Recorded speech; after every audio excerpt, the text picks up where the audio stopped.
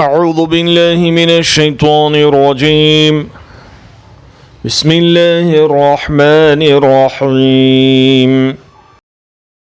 الذين ينفقون في السراء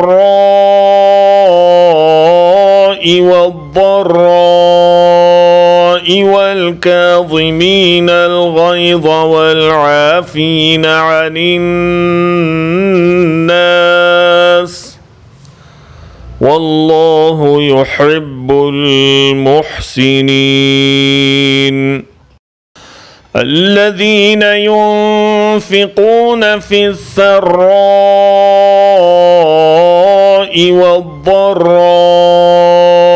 والكاظمين الغيظ والعافين عن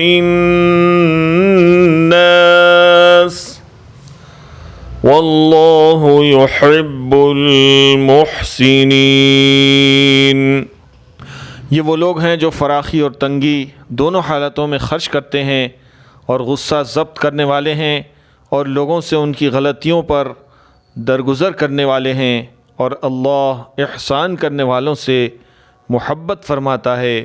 they are the ones who spend in the cause of Allah whether they are effluent